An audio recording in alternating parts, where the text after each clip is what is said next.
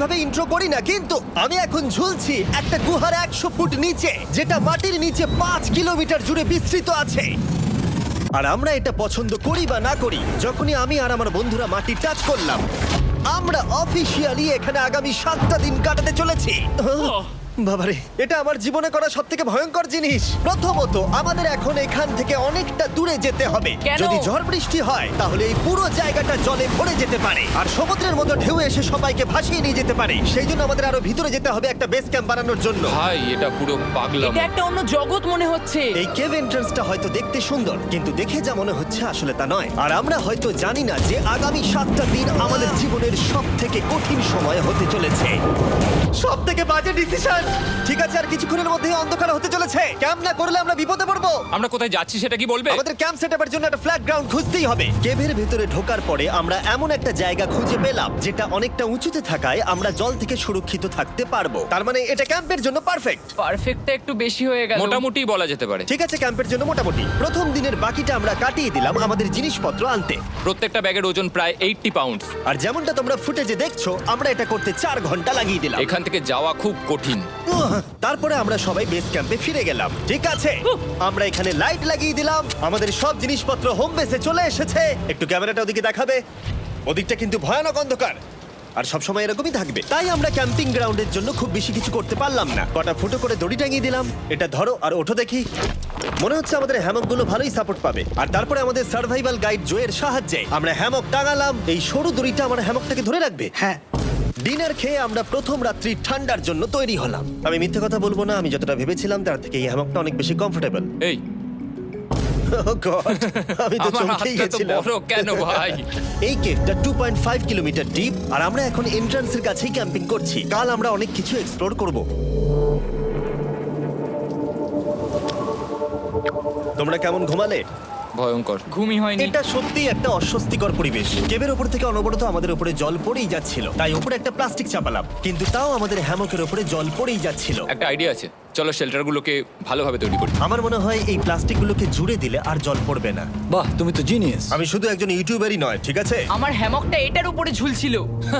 মানে দেখো, আমি আরেকটু হলে হ্যামক থেকে নেমে পড়ে যেতাম। আর আমরা সেই সময় এটা বুঝতেই পারিনি যে এই গর্তটা প্রায় 40 ফুট গভীর। তাই যখন আমি আর শন প্লাস্টিকগুলোকে জুড়ছিলাম, তখন ম্যাক আর কার্ল এই গর্তটা কতটা ভয়ঙ্কর সেটা দেখতে গেল। আমার হ্যামকটা দেখতে পাচ্ছো? ওখানে আমি ঘুমোচ্ছিলাম। এদিকটা দেখো। আর যেহেতু এই কেভে সব একই রকম দেখতে, তাই আমাদেরকে ফলো করা অনেকটাই কঠিন ছিল। এই ম্যাপে তোমরা আমাদের হোম বেস দেখতে পারবে, আর দেখতে পারবে ওরা ওখান থেকে কত দূরে হ্যাঁ, যাচ্ছে। এটা তো খুবই ভয়ঙ্কর। ভাই এটা পাগলামো। আর যখন ছেলেরা র্যান্ডমলি এক্সপ্লোর করছিল, তখন আমি আর শন ক্যাম্পে কাজ করছিলাম।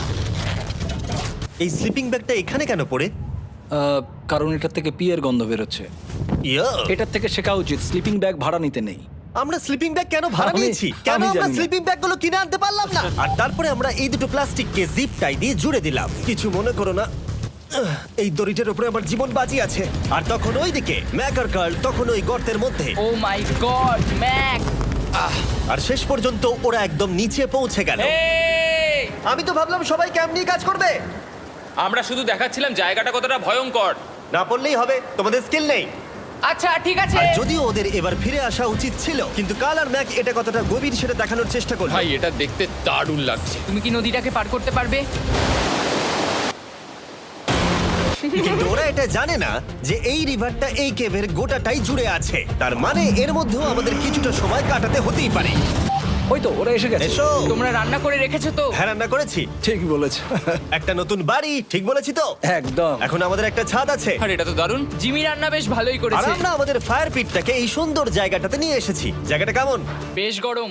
আরামদায়ক। এই পাথরগুলো গরমটাকে ধরে রাখবে এবং ওপর থেকে যে পি পড়ছে সেগুলোকে আটকে দেবে। ওটা পি নয়। তাহলে ওটাকে কি বলবো? যদি জানি না, হয়তো বৃষ্টির জল হবে বা না, এটা বৃষ্টি নয়, না, পাথর মানে ইয়ে তুমি- করছে। এই একটু উপরে দেখাও। তুমি মেঘ দেখতে পাচ্ছো? পাথর দেখা যাচ্ছে। এটা বৃষ্টি নয়, রক পি। Rock P. ঠিক আছে, রক পি। ঠিক আছে, এটা রক পি। আর একটা শুকনো রাত ঘুমিয়ে কাটাবার পরে আমরা ঠিক করলাম জো আমাদের সার্ভাইভাল এক্সপার্ট, তাকে নিয়ে আমরা কেভের শেষ প্রান্ত অব্দি যাব। Cave, cave! Cave, cave! Cave, cave. Cave! দেখা যাক আমরা কেভের কতটা গভীরে যেতে পারি। তোমরা কিন্তু মনে রাখবে আমরা সবেমাত্র কেভের এন্ট্রান্সের দিকেই আছি, আর আমাদের ইচ্ছা এই কেভের শেষ প্রান্ত অব্দি যাওয়া, অবশ্যই না মরে গিয়ে। ও মাই গড, এটা তো খুবই স্টিফ। আরে এটা তো সবে শুরু। আমরা কেভের আরো গভীরে এসেছি। তোমরা সবাই সাবধানে আসবে।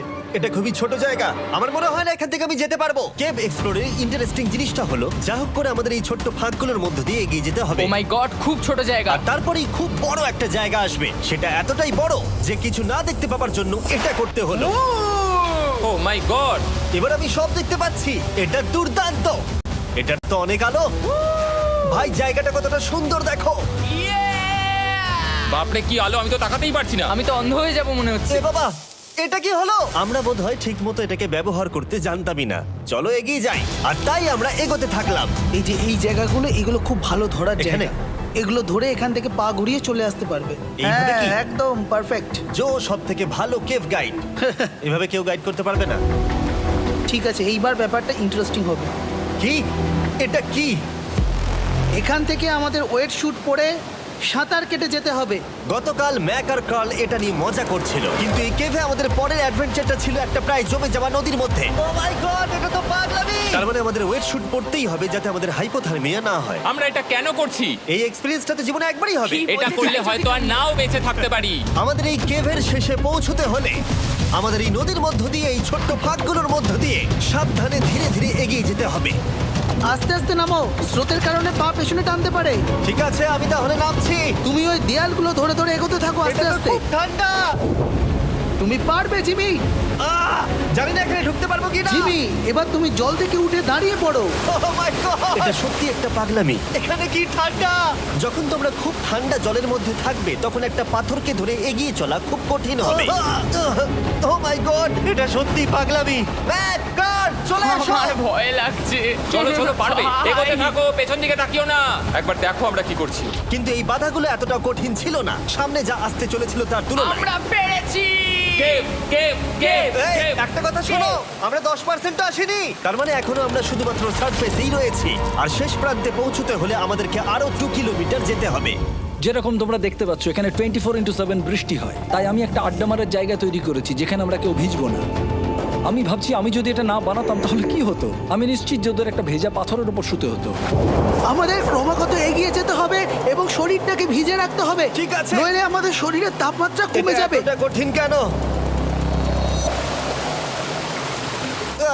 সব থেকে বাজে ব্যাপার হলো আমরা যতটাই দিকে এগোবো ততটাই আমাদের পিছন দিকে ক্যাম্পে ফিরতে হবে। আমাদের পরের বাধাটা হয়তো জলের মধ্যে নয়, কিন্তু তার মানে এটা নয় যে সেটা সহজ হবে। আরে এটা কি মাকড়সার জাল? কিন্তু আমি মাকড়সা দেখতে পাচ্ছি না। তার কেন? মানে ওটা আমাদের উপরে আছে। আরে তোমার গায়ে, তোমার গায়ে। আমার বন্ধুরা বলতে বাজে। এই গেমটা মিস্টার বিস ভিডিওর মতো, যত এগোবে ততই কঠিন হবে। সত্যি কথা বলতে যদি আমাদের সাথে জো না থাকতো আমরা মরেই যেতাম। আর 3 ঘন্টা পরে জো আমাদের জন্য একটা বাজে খবর নিয়ে এলো। জল অনেকটা বেড়ে গেছে আর আমরা অনেকটা সময় লাগিয়ে ফেলেছি, তাই আজকে আমাদের আবার ক্যাম্পে ফিরে যেতে হবে। আমি মানবো না। তুমি সেফটি এক্সপার্টের কথা অমান্য করতে পারো না। আমি এটা মানবো না। সত্যি কথা বলতে আমাদেরকে ফিরতেই হতো, কারণ এর আগে আমরা শুট করতে অনেকটাই সময় নষ্ট করে দিয়েছি। তারপর ফ্লেয়ার নিয়ে খেলেছি, তাই আমরা ফিরে যাচ্ছি আর এই মিশনটা আমরা পরের দিন আবার শুরু করব। শন, আমরা এসে গেছি। আরে তুমি এখানে কি করছিলে? এখন তোমরা কেউ ভিজবে না। আমি তো জানতামই না এই লাইটগুলো আমরা এনেছি। এগুলো দারুণ লাগছে তাই না? দুঃখের বিষয় আজকে আমরা মাত্র 20% এগোতে পেরেছি, কিন্তু বিশ্বাস করো আমরা শেষ পর্যন্ত অবশ্যই যাব আগামী কয়েকদিনের মধ্যেই। আমার মনে হয় কোনোদিনই হবে না। আমি তো বললাম। আমরা ডে 4টা রেস্ট নেব আর ডে 5-এ চেষ্টা করব এই কেভের শেষ অবধি যাবার। দেখা যাক কি হয়। ডে 3-তে মজা হলো, কালকে আবার দেখা হচ্ছে। আর কেভের ভিতরে 3টে খুব বাজে রাত কাটাবার পরে পরের দিন সকালে আমাদের মাথায় শুধু একটাই কথা আসছিল। আমার একটা হট শাওয়ার চাই, তবে আমি এখন একটু শান্তি পাবো। ও, এখন শাওয়ার পেলে কিন্তু দারুণ হয়। আমি চান করিনি প্রায় 3-4 দিন হয়ে গেল। তোমরা নিশ্চয়ই জানো কেভের মধ্যে শাওয়ার করা সম্ভব নয়। আমাদের অনেকটা পথ হেঁটে সাবধানে আগের রিভার বেডের কাছে পৌঁছতে হলো। ও মাই গড! আমি আমার ব্রেনকে ফিল করতে পারছি। আমি এভাবে ব্রেনকে ফিল আমার করিনি। কপালটা জমে গেল পুরো। চলো ড্রোন দিয়ে মাথার চুলগুলো শুকিয়ে নি। এদিকে এসো ড্রোন। ও দাঁড়াও দাঁড়াও দাঁড়াও, এটা কিন্তু কাজ করছে। হ্যাঁ, দারুণ কাজ করছে। ড্রোন থাকতে হেয়ার ড্রায়ারের কি দরকার? আর চুল শুকানোর পর আমরা জোয়ের সাথে জার্নির প্ল্যান করতে বসলাম। এটা কি জো? এটাই কেভের ম্যাপ। আগেরবার আমাদের থামতে হয়েছিল কারণ জল খুব জোরে বইছিল। এখন বৃষ্টি কম হচ্ছে, তাই কালকে আমরা নিশ্চয়ই এই কেভের শেষে পৌঁছে যাব। এটা ভয়ঙ্কর হতে চলেছে। প্রথমে আমাদের কালকে যেখান দিয়ে গেলাম সেখান দিয়ে আগে যেতে হবে। জলের মধ্যে ঝাঁপ দিতে হবে এবং পাথর দেখে হাঁটতে হবে। এগুলো সবকটা আমরা যদি পার করতে পারি তাহলে আমরা গ্লো ওয়ার্ম চেম্বারে পৌঁছে যাব।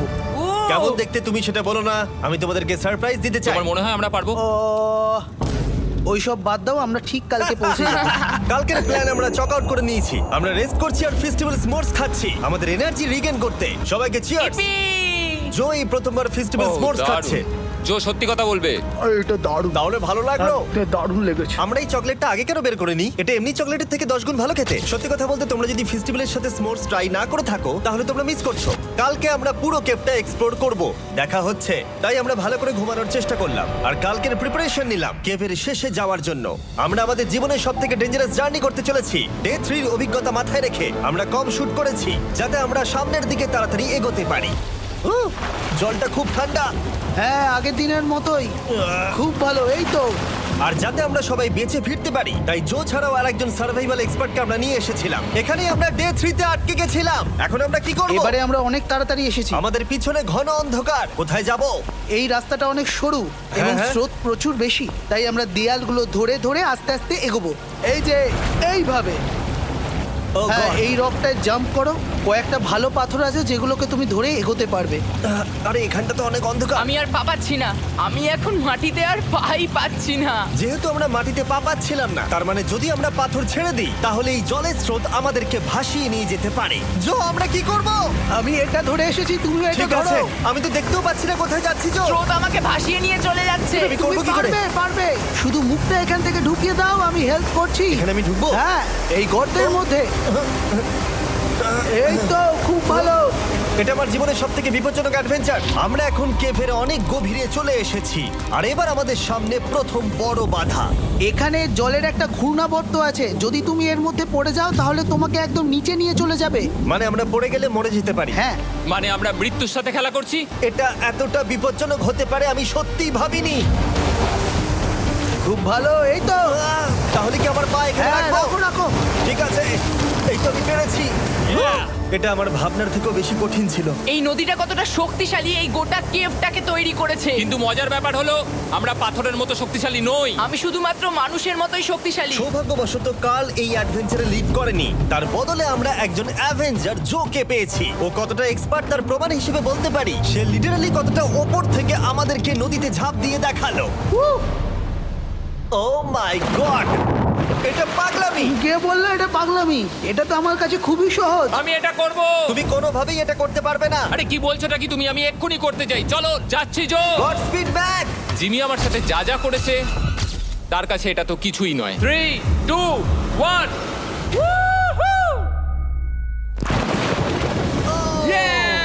তুমি করবে? না, আমরা না এগুলো শেষ পর্যন্ত যেতে পারবো না। ও মাই গড, আমাদের নিচের দিকে যেতে হবে। আমরা সবসময় স্রোতের উল্টো দিকে কেন যাই? এখন শুধু আমি ভেসে ভেসেই যেতে পারবো, আর কিছু না। এই জলের তলায় অনেক ধারালো পাথর আছে, তোমরা সেগুলোকে দেখতে পাবে না, তাই সাবধানে পা ফেলবে। ও মাই গড, আবার এটা গভীর আরে হচ্ছে। আমার পা তো কিছুর উপরে রাখতে হবে। ছোট পাথরগুলোই একমাত্র বাধা ছিল না, মনে হচ্ছে আমাদের প্রতিটা পদক্ষেপে। ও ভাই, আমি কিচ্ছু দেখতে পাচ্ছি না। এটা খুব ভয়ঙ্কর। কেভটা আরো অন্ধকার হয়ে আসছিল এবং আরো সরু। আর তখন আমরা জানতাম না যে আমরা ফিনিশ লাইন অবধি পৌঁছতে পারবো কিনা। আমি ক্লান্ত হয়ে পড়েছি। এই কেভে আরো কঠিন বাধা আসার আগে তোমাদেরকে আমি কিছু দেখাতে চাইবো। জো, তোমার ব্যাগটা দাও। Thank you. তুমি জানো এর মধ্যে কি আছে? না, জানি না কি আছে। Brand new mister beast lab swamp. সত্যি কথা বলছি, গত 5 ঘন্টা ধরে যেহেতু আমি অনেক পরিশ্রম করেছি, তাই কোনো মতেই এখন এটা আমি বলার মতো অবস্থায় নেই। তাই এটা শুট করার 1 মাস পরে আমি পুরো কেপ সেটটা তৈরি করলাম ফিউচার জিমি নেম ট্যাগ দিয়ে। তারপরে বললাম, হে, আমি ফিউচার জিমি, আর আমি এখন তোমাদেরকে বলবো brand new toy line of mister beast lab swamp সম্পর্কে। এটা একটা কালেক্টিবল টয় লাইন, আর এখানে 119টা ইউনিক ডিজাইন ক্যারেক্টারও আছে যা তোমরা কালেক্ট করতে পারো। আর সবথেকে দারুণ ব্যাপারটা হলো, কোন ক্যারেক্টারটা তুমি পেয়েছো সেটা জানতে হলে এই টিউবে ওয়াটার দিয়ে নাড়াতে হবে আর তোমার সোয়ামস তোমার সামনে চলে আসবে। আর আমি এটা ডেমনস্ট্রেট করতে এই বিশাল বড় টিউবটাকে বানিয়েছি। এই টিউবটাকে জল দিয়ে ভরে দাও। তোমাদের এত জলের দরকার নেই, এটা অনেক বড় বলে এত লাগছে। ঠিক আছে, এটা এখন জলে ভর্তি হয়ে গেছে। এবার এটাকে একটু নাড়াতে হবে। এটা কি আর নাড়াতে হ্যাঁ হবে? হ্যাঁ, অনেক নাড়ানো হয়ে গেছে। এবার জল ঢালো এখানে। জো ঢালছে। আর জল ঢালার পরে তোমরা দেখতে পাবে তোমরা কোন সোয়ামটা পেয়েছো। এটা সব থেকে রেয়ার হাইপোক্রোম, যেটা মাত্র 1000টা বানানো হয়েছে। জো, এটা তোমার। থ্যাংক ইউ সো এটা মাচ। চাই। আর এটা তোমার। কাল কি নেবে? আমার কাছে দুটোই ছিল। আর আমরা শুধু সোয়ামেই থেমে নেই, আমরা এই অ্যাকশন ফিগার প্যান্থার গুলো বানিয়েছি যেগুলো এই ব্রিফকেসে আছে। আর এই সোয়ার্মের মতো এই মিউটেটর যখন তোমরা কিনবে দেখতে পাবে এর ভেতরে কি আছে। কোথায় কিনবো? ভালো হয়েছে জিজ্ঞাসা করলে। মিস্টার বিস্ট ল্যাব টয়েস এখন তোমরা পৃথিবীর সব জায়গায় পেয়ে যাবে। এগুলো সব বেরিয়ে গেছে, তোমরা গিয়ে কিনে নাও। আর কেবের মধ্যে অনেক সমস্যা পেরোনোর পরে আমরা ফাইনালি পৌঁছে গেলাম গ্লো ওয়ার্ম চেম্বারে। ভাই এবার খুব ভালো লাগছে। ঠিক আছে টিম, তোমাদের গ্লো ওয়ার্ম চেম্বারে স্বাগত। এ তো দারুণ। এটা দারুণ লাগছে। ভাই এটা পৃথিবী মনে হচ্ছে না এখানে একদমই। যে আলো তোমরা দেখতে পাচ্ছ সেগুলো আসলে ছোট্ট ছোট্ট বায়োলুমিনেসেন্ট গ্লো ওয়ার্ম তৈরি করেছে। এটা দেখতে অনেকটা মিল্কি ওয়ে গ্যালাক্সির মতো লাগছে। ওয়াও! আর এই মুহূর্তটা, এই ভিউ, সত্যি বলতে এই ট্রেকের সমস্ত ক্লান্তি যেন দূর করে দিল। এখানে অবধি পৌঁছানো যেন সত্যি একটা অ্যাচিভমেন্ট ছিল। কিন্তু এখন আমাদের যাত্রা শেষ হয়নি, কারণ আমাদের এখান থেকে এখন বেস ক্যাম্পে ফিরতে হবে। আজকে ডে 6 হতে চলেছে, এখনো ওরা আসেনি আর আমি খুব ক্লান্ত। আমার মনে হয় না আমি ভালো করে ঘুমোতে পারবো, ওদের জন্য খুব চিন্তা হচ্ছে। এই ট্রিপটা অনেকটাই সহজ ছিল কারণ আমরা স্রোতের সাথে ভেসে ভেসে যাচ্ছিলাম। আর যেহেতু তোমরা এই ট্রিপটা দেখেছো তাই আমরা এটাকে স্কিপ করলাম। কিন্তু সত্যি বলতে এই জার্নিটাও অনেকটা বেশি সময় নিল, কারণ আমরা ক্যাম্পে পৌঁছানোর আগেই 6 নম্বর দিন চলে এলো। শন, সবাই ঠিক আছে তো? আমার খুব চিন্তা হচ্ছিল। Happy day 6। ডে 6 খুব ভালো। এনার্জি বাড়াতে আমরা আগুনের উত্তাপ নিলাম এবং ফাইনালি আমরা কিছু খেতে পেলাম। এটা খুবই অ্যাডভেঞ্চারাস ডে ছিল। কালকে দেখা হচ্ছে, মানে আজকেই হয়তো। এটা হয় ডে কোনোদিন 6 হবে না। নাকি আজকে, না আমি জানি না। এত বড় ট্রেক সম্পূর্ণ করার পরে শারীরিকভাবে চূড়ান্ত ক্লান্ত হওয়া সত্ত্বেও জানি না কেন কিন্তু আমি একদমই ঘুমাতে পারছিলাম না।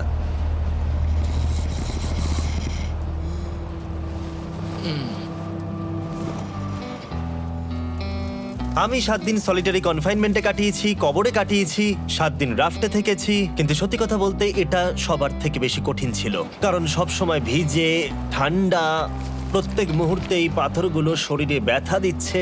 বেশিরভাগ সময়টাই এই কেভটা দুঃস্বপ্নের মতো ছিল। কিন্তু তোমার আর আমার মধ্যে জিমি! ইয়ো! গার্ড, আমাকে দেখতে পাচ্ছো? এটা পৃথিবীর সবথেকে উজ্জ্বল টর্চ। মজার মুহূর্ত অনেক ছিল।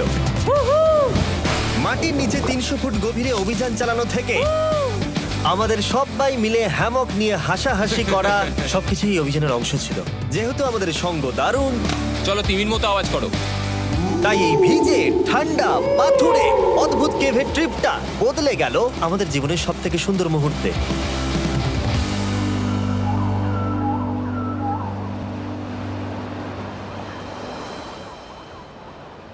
আমরা এখান থেকে যাব না যতক্ষণ না সবকিছু তোলা হচ্ছে।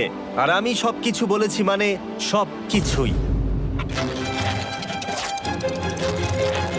চলো এবার বেরোনো যাক। আর যখন আমরা মাউথ কেভে আবার ফিরে এলাম, ভাই ওপরটা দেখতে দারুণ লাগছে। তখন জয়ের জন্য একটা সারপ্রাইজ ছিল। বেরোনোর আগে জো, আমরা তোমার কাছে কৃতজ্ঞ। তাই এই নাও 50,000 নিউজিল্যান্ড ডলার, 10,000 করে প্রত্যেক জনের প্রাণ বাঁচানোর জন্য। Oh my God, thank you so much Jimmy. Thank you Joe. Love you, Joel! এবার আমাদের সব কাজ হয়ে গেছে, চলো বেরোনো যাক। 7টা দিন পরে আমরা ফাইনালি এখান থেকে বেরোচ্ছি।